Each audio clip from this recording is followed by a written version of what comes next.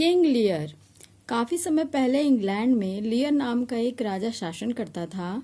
उस राजा के पास धन वैभव तो बहुत था, लेकिन उसकी कोई संतान नहीं थी।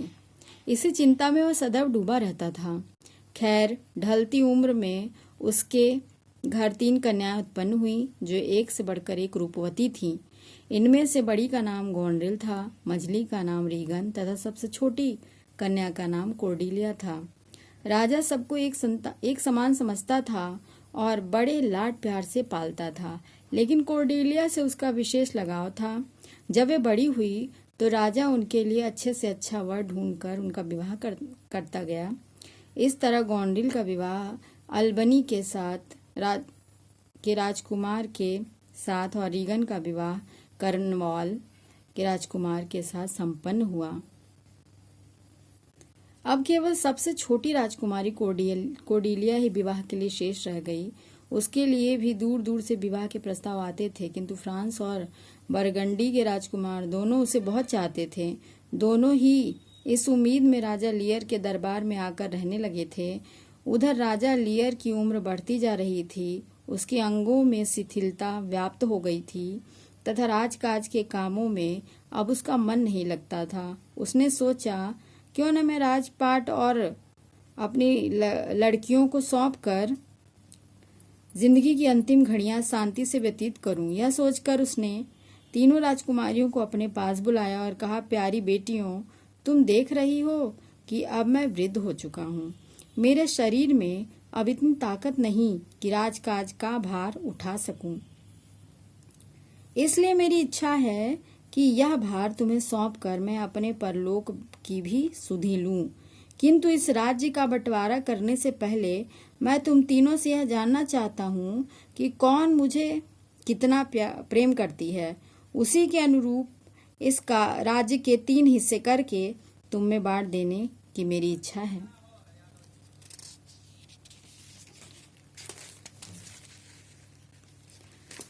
राजा की बात सुनकर सबसे पहले गोनरिल ने कहा, पिताजी, आप मुझे इतने अच्छे लगते हैं जितनी कि विश्व की कोई भी वस्तु नहीं। गोनरिल की यह बात सुनकर राजा बड़ा प्रसन्न हुआ। उसने उसी वक्त गोनरिल को राज्य का एक हिस्सा देकर उसे वहां की रानी घोषित कर दिया। बात बनाने में मंझली राजकुमारी रीगन अपनी बड़ी बहन से कहीं आगे थी। उसने कहा, पिताजी, गोनरिल ने तो 2 शब्द कहकर आपके लिए अपना प्यार प्रकट कर दिया है, मगर मेरे हृदय में आपके लिए इतना प्यार है कि अगर मैं जीवन भर बोलती रहूं तो उसे प्रकट न कर सकूं। आपके प्यार के अतिरिक्त मुझे दुनिया में कुछ भी अच्छा नहीं लगता। मैं आपका प्यार पाने के लिए अपना सब कुछ न्यौछावर कर सकती हूँ। अपनी मंझली बेटी की ये बातें सुनकर राजा फूला नहीं समाया। उसने पहले से भी अधिक खुश होकर राज्य का दूसरा हिस्सा रीगन को देकर उसे वहां की रानी घोषित कर दिया। अब कॉर्डेलिया की बारी आई। वह तो राजा की सबसे लाडली पुत्री थी, इसलिए राजा को विश्वास था कि वह अपनी बड़ी बहनों से अधिक प्यारी बातें उसके लिए कहेगी। कोई अन्य समय होता तो अपने पिता का संकेत पाते ही कॉर्डेलिया दौड़कर उसके गले से लिपट जाती तथा घंटों मीठी मीठी बातें करती, लेकिन इस समय तो उसके मुंह से एक शब्द भी नहीं निकला। बहुत मुश्किल से कोशिश कर रही थी, फिर भी नहीं निकला, क्योंकि उसने देखा कि राज्य का भाग पाने के लोभ में गोनरिल तथा रीगन ने अपने पिता के लिए झूठे प्यार का दिखावा करने में कोई कसर नहीं छोड़ी, कोई कसर उठा नहीं रखी थी और उसका पिता उनकी बातों को सत्य भी मान बैठा है। तो उसके हृदय में बड़ी ठेस पहुंची। उसने अपने को समझाकर सीधे साधे शब्दों में सिर्फ इतना ही कहा, पिताजी, मैं तो आपसे सिर्फ उतना प्यार करती हूँ जितना कि एक पुत्री को अपने पिता से करना चाहिए। अपनी सबसे प्रिय पुत्री के मुंह से जरा सी बात सुनकर राजा उसके मुंह की तरफ देखता रह गया। फिर धीमी आवाज में बोला, कॉर्डेलिया, कहने से पहले एक बार फिर सोच लो। मैं तुम्हें अपनी गलती सुधारने का एक अन्य मौका देता हूँ। यह सुनकर कॉर्डेलिया बड़े मंद लेकिन मीठी वाणी में बोली, पिताजी, मैंने तो कुछ निवेदन किया है। मैंने जो कुछ निवेदन किया है आपसे, वह सोच समझकर ही किया है। जैसा मेरे मन में था वही वाणी से प्रकट कर रही हूँ, वही कह रही हूँ। मैं नहीं चाहती कि मैं अपनी बहनों की तरह प्यार की झूठी शपथें खाऊं तथा ऐसी बातें कहूं जिन्हें मैं निभा नहीं सकती। आप ही सोचिए कि क्या मेरी बहनों ने ब्याह नहीं किया और क्या वे अपने पति या बच्चों से भी प्यार नहीं करती? फिर भला किस मुंह से उन्होंने यह कह दिया कि वे आपके अतिरिक्त किसी दूसरे से प्रेम नहीं करती? आखिर मेरा भी कभी विवाह होगा और मेरा पति भी मेरे प्यार का हिस्सेदार होगा। इसलिए मैंने यह कहा कि मैं आपसे उतना ही प्यार करती हूँ जितना कि एक पुत्री को अपने पिता से करना चाहिए। वैसे आप मेरे पिता हैं। जिस लाड प्यार से आपने मुझे पाला पोसा तथा बड़ा किया है, आपके इस उपकार को मैं कभी नहीं भुला सकती। मैं अब तक आपकी लाडली रही हूँ। मैंने आपकी आज्ञा का भी सदैव पालन किया है तथा सदैव सच्चे मन से आपसे प्यार भी करती हूँ और आगे भी करती रहूंगी। कोर्डेलिया की इस सादगीपूर्ण बातों से राजा बहुत क्रोधित हुआ। उसका गुस्सा इतना भड़क उठा कि उसने आवेश में आकर उसी वक्त राजा का तीसरा हिस्सा भी दोनों बड़ी राजकुमारियों को दे दिया। बेकसूर कोर्डेलिया के हिस्से में राज्य का एक तिनका भी नहीं आया। अब राजा ने अपने निर्वाह हेतु दोनों राजकुमारियों के सामने एक शर्त रखी कि जब तक मैं जिंदा रहूं अपने 100 अमीरों को अपने पास रखूंगा। मेरी तथा मेरे इन साथियों की सेवा करना तुम दोनों का धर्म होगा। मैं आधा समय बड़ी राजकुमारी और आधा समय मंझली राजकुमारी के महल में बिताऊंगा। दोनों राजकुमारियों ने सिर झुकाकर राजा की इस आज्ञा का शिरोधार्य कर लिया। राजा के दरबारियों ने आपस में खुसर फुसर की। राजा की अक्ल भी सठिया गई है जो एक निरपराध को इतना कठोर दंड दे रहा है, मगर राजा के सामने मुंह खोलने की किसी की हिम्मत नहीं हुई। पूरे दरबार को चुप्पी साधे देख एक सामंत से नहीं रहा गया। वह राजा का सबसे बड़ा विश्वास पात्र था। उसने राजा से नम्र शब्दों में मगर स्पष्ट कह दिया कि जिन्हें वह प्रेम की मूर्तियां समझ बैठा है वे भीतर से खोखली हैं तथा जिन्हें आज वह अपराधीन कहकर ठुकरा रहा है वही उसके वास्तविक प्रेम करती हैं। उस सामंत की बात को राजा हमेशा सत्य समझता था, मगर आज उसे उसकी सलाह विष की तरह कड़वी लगने लगी। उसने उस सामंत को देश से बाहर निकल जाने की आज्ञा दे दी। वह सामंत कोर्डेलिया को ईश्वर के सहारे छोड़कर किसी अनजान देश की ओर कूच कर गया। अब राजा ने कोर्डेलिया के दोनों वाहनों चाहने वालों को बुलाया और उनसे पूछा कि राजकुमारों, क्या अभी तुम दोनों कोर्डेलिया से प्यार करते हो? अब तो वह दर दर की भिखारिन है। तुम में से जो भी अब उससे विवाह करना चाहता है वो अपना प्रस्ताव रखे। यह सुनकर बरगंडी के राजकुमार ने स्पष्ट कह दिया, मैं एक राजकुमारी से विवाह करने के लिए आया था, किसी भिखारिन से नहीं। फिर फ्रांस का राजकुमार आगे बढ़ा। वह कोर्डेलिया के हाथ को अपने हाथ में लेकर बोला, चलो मेरे साथ चलकर फ्रांस देश की सामग्री बनो। साम्राज्ञी, यह देश तुम्हारे रहने के काबिल नहीं है।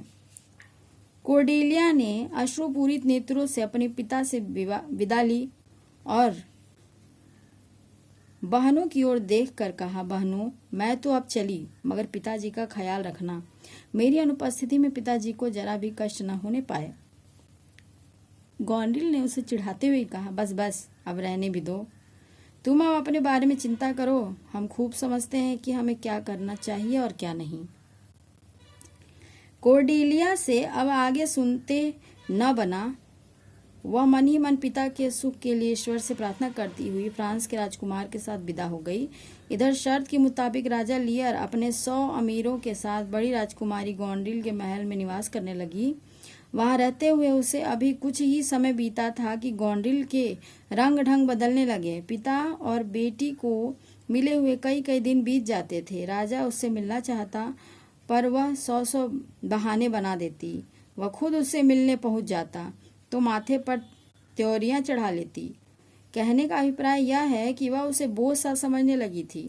वह नौकर नौकरानियों के समक्ष भी बड़बड़ाती, न जाने मेरे पिताजी की अक्ल में क्या गुस्सा है कि इन 100 आदमियों की फौज को मेरे ऊपर लाद दिया है। जैसे महल न हुआ धर्मशाला हो गई। जबकि उन्हें तो अपने लिए 2 रोटी से मतलब रखना चाहिए और ईश्वर का नाम लेकर उसका शुक्रिया अदा करना चाहिए।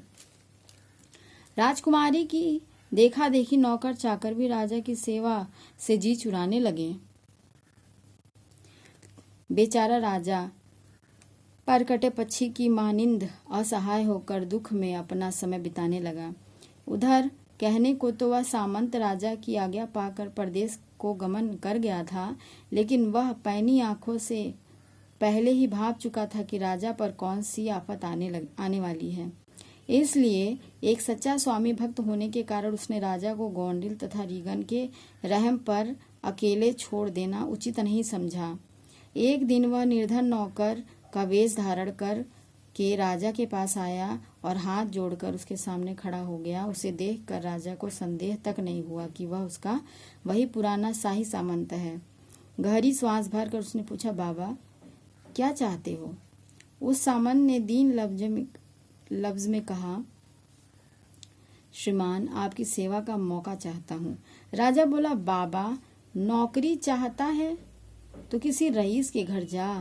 अब लियर तो खुद ही दूसरों के ऊपर निर्भर है, वह किसी को भला नौकर क्या रखेगा। अब समूचे धन वैभव की स्वामिनी तो गोंड्रिल है। सामंत बोला, श्रीमान रोटी पकाने, झाड़ू देने या कपड़े धोने से लेकर मेहमानों की खातिरदारी तक करना जानता हूँ। राजा बोला, देखने में तो बड़े निपुण दिखाई देते हो, तुम्हारा नाम क्या है? श्रीमान मुझे कायस कहते हैं, उसने सादगी से कहा। उसके बाद राजा ने उसे अपनी निजी सेवा में रख लिया। अपनी स्वामी भक्ति प्रकट करने के लिए कायस को अधिक इंतजार नहीं करना पड़ा। संयोगवश पहले ही दिन कायस के सामने एक शाही नौकर ने राजा को उल्टे सीधे उत्तर दिए। कायस ने आओ देखा न ताओ देखा उस नौकर को जूते मार मार कर अधमरा कर दिया। परेशानी के दिनों में ऐसा स्वामी भक्त नौकर पाकर राजा का मन गदगद हो गया। उसका मन उसी ओर खींचने लगा। उस सामंत के अतिरिक्त पुराने नौकरों में से एक शेख चिल्ली टाइप का नौकर भी राजा के साथ था। जब राजा का मन बहुत उदास होता था तो वह अपनी अटपटी तुकबंदियां सुनाकर राजा का मन खुश कर देता था। इस तरह से दोनों सेवक राजा को खुश करने का बहुत यत्न करते, मगर अकेली राजकुमारी गोंड्रिल ही उसका जी जलाने को बहुत थी। एक दिन वह झल्लाती हुई कमरे में दाखिल हुई और अपने पिता से बोली, पिताजी अब मुझ पर दया करो तथा अपने ही अमीरों से 100 अमीरों से मेरा पिंड छुड़ाओ। दरबार न हुआ कोई सर्कस हो गया, एक फिजूल खर्ची, इतना भीड़ भड़क्का अब मुझसे और नहीं सहा जाता, बहुत हो गया। अब इतनी बड़ी फौज के साथ ज्यादा दिनों तक आपको अपने महल में रखना मेरे बस की बात नहीं है। यह सुनकर राजा के तन बदन में आग लग गई। उसने उसी समय अपने सेवकों को रथ तैयार करने की आज्ञा दे दी। अब पलक झपकते ही सब तैयारियां हो गई। राजा दाएं बाएं अपने 100 अमीरों सहित मन में बड़ी आशाएं लेकर मंझली राजकुमारी रीगन के महल की तरफ चल पड़ा। विदा होने से पहले राजा ने भराए हुए स्वर में ईश्वर से दुआ मांगी, हे भगवान यदि तू सच्चा न्यायकारी है तो इस दुष्टा को कभी कोई औलाद न देना। अगर कोई हो जाए तो भी वैसे जीवन भर संताप की उसी आग में जलाती रहे जिससे यह मुझे जला रही है, ताकि इसे यह एहसास हो सके कि कृतघ्न औलाद का दुख 100 बिच्छुओं के डंक से भी ज्यादा दुखदायी होता है। राजा को रीगन की यहाँ जाते देख गोंड्रिल ने संतोष की गहरी सांस ली और झटपट एक खत लिखकर भेज दिया। प्यारी बहन रीगन, ये पंक्तियां लिखते वक्त मेरा हृदय अपने वश में नहीं है, क्योंकि अभी अभी पिताजी मुझसे रूठकर तुम्हारे महल की तरफ प्रस्थान कर चुके हैं। शायद तुम सोचती होगी कि यह महीना खत्म होने से पहले ही मेरे महल से पिताजी के चले जाने के कारण मैं हूँ और मुझसे ही उनकी सेवा में कोई त्रुटि हुई होगी। तुम्हें अथवा किसी अन्य को भी ऐसा भ्रम होना स्वाभाविक सी बात है, इसलिए मैं सारी परिस्थितियों में तुम्हें अवगत कराना अपना फर्ज समझती हूँ। तुम तो जानती ही हो कि शर्त के मुताबिक पिताजी को 1 महीना मेरे महल में रहना चाहिए था। वे 1 माह तो क्या जीवन भर भी यहाँ रहते तो मुझे कोई आपत्ति नहीं होती, मगर उनके 100 अमीरों में से 100 अमीरों को मैं कैसे संभालूं? एक एक अमीर एक एक महाराज के जैसा है। उनकी सेवा के लिए हर समय सेवकों की पलटने तैयार रहें, शराब की बोतलें खुली रहें तथा कोष का धन पानी की तरह बहता रहे। यदि तुम मेरी जगह होती तो यह सब सहन नहीं करती, कभी नहीं। अब पिताजी वृद्ध हैं, उन्होंने अपनी सारी उम्र अपने ही मुताबिक काटी, लेकिन जीवन में एक समय ऐसा भी आता है जब उसे किसी दूसरे की भी माननी पड़ती है, उसे दूसरों की सलाह से भी चलना पड़ता है। अब तुम ही सोचो कि अगर मैंने पिताजी को यह फिजूल खर्ची रोकने के लिए कहा तो भला क्या बुरा किया, जबकि पिताजी ने इसे अपना अपमान समझ लिया और मुझे रूठ कर चले गए। मुझे यकीन है कि पिताजी मेरी प्रार्थना को कभी नहीं ठुकराते अगर उन्हें बहकाने वाले उनके आसपास न होते। फिर महाराज को तुम बड़ा घमंड था, तुम पर बड़ा घमंड था। अगर तुम्हें यह विश्वास होता कि एक जगह से ठुकराए जाने पर दूसरी जगह भी विशिष्टाचार के बंधनों में बांधना ही पड़ेगा, तो वे मुझे लोगों की आंखों में यूं कृतज्ञ बनाकर न चले जाते। मैंने सारी परिस्थितियों से तुम्हें अवगत करा दिया है। अब मेरी लाज तथा अपनी लाज तुम्हारे हाथ में है। मेरे अनुभवों के अगर तुम कुछ लाभ उठा सको तो मैं अपने को धन्य समझूंगी। आगे तुम्हारी मर्जी। तुम्हारी बहन गॉनड्रिल। इस पत्र को झटपट एक लिफाफे में बंद करके गॉनड्रिल ने एक संदेशवाहक को बुलाकर कहा, जाओ घुड़सवार में से तीव्र गति से चलने वाला घोड़ा लेकर एक पत्र मेरी बहन रीगन को पहुंचा दो। पिताजी के पहुंचने से पहले ही यह खत वहां पहुंच जाना चाहिए। जाओ, अब जरा भी देर मत करो। काम सिद्ध होने पर तुम्हें बड़ा पुरस्कार दिया जाएगा।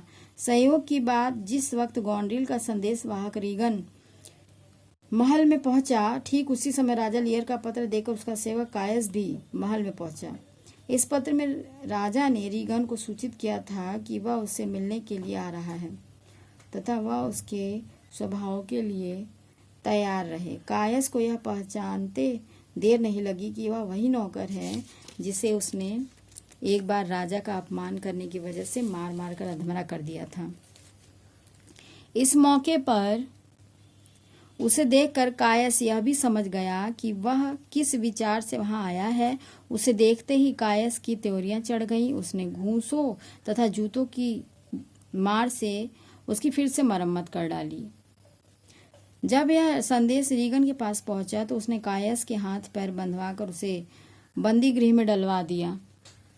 इतने में राजा की सवारी भी यहाँ आ पहुंची। रीगन के महल के आंगन में पैर रखते ही राजा ने देखा कि उसका स्वामीभक्त सेवक हाथ पांव में बेड़ियों में जकड़ा हुआ है।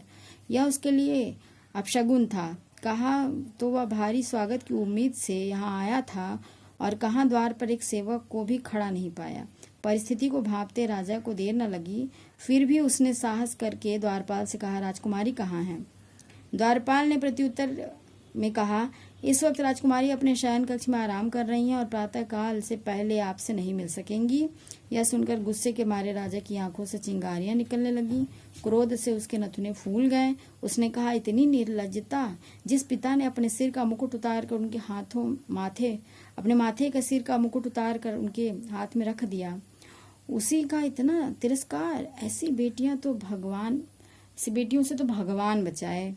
अभी राजा के मुंह से इतना ही निकला था कि उसकी नजर प्रवेश द्वार पर पड़ी। उसने देखा कि स्वयं गॉनड्रिल महल का फाटक पार करके रीगन के महल की तरफ तेजी से बढ़ी जा रही है। अब तो राजा ऐसे सन्न रह गया कि मानो जड़ हो गया हो। सहसा रीगन महल के मुख्य द्वार पर प्रकट हुई और अपने पिता की ओर न देखकर गॉनड्रिल के हाथों में हाथ डालकर उसे अंदर ले गई। अब राजा से न रहा गया। उसने होठों से निकल पड़ा, गॉनड्रिल, क्या मेरे बुढ़ापे का भी तुझे कुछ ख्याल नहीं? तू यहाँ भी? तभी रीगन बल खाती हुई पीछे की ओर घूमी और राजा की बात समाप्त होने से पहले ही बोली, उसे आपका लिहाज है और वह हमेशा रहेगा भी, किंतु एक शर्त पर। पहले आप अपनी मनमानी के लिए उससे माफी मांगे और भविष्य में उसकी आज्ञा में रहने का वचन दे।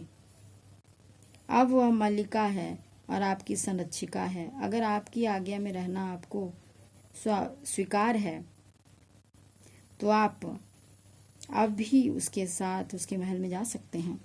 राजा ने एक कातर दृष्टि से अपने जर्जन शरीर पर डाली और फिर रीगन के सर्वोत्तम मस्तक की ओर, जो गर्व से भरा हुआ था, निराकार नम्र शब्दों में बोला कि अगर मैं गॉन्ड्रिल के पास न रहकर तुम्हारे पास रहना चाहूँ तो